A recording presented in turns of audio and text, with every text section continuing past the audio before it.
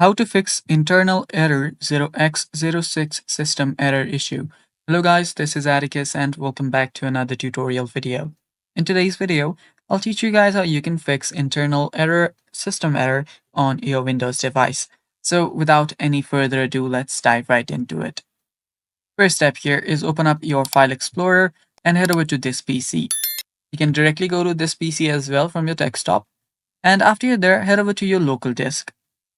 On your local disk, choose your users folder. Head over to users and there head over to public.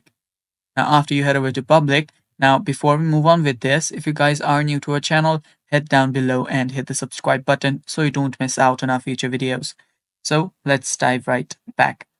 After you're on the public folder inside your user, what you'll need to do is here you'll need to create a new folder.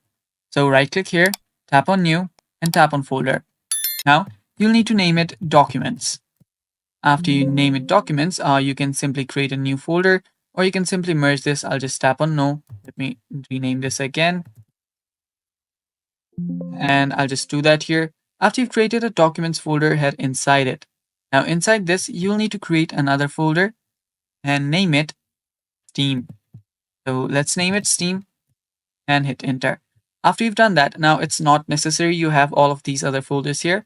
And you can simply name this folder as documents only. Since I already have public documents, it just merged with this folder. So it doesn't matter if it's this folder or one that you create a completely different document folders. So after you've done that, just create the Steam folder inside this. After you've done that, your problem will get fixed. And that's basically all for today's video. Thanks for watching. Stay tuned for more and bye-bye. Take care.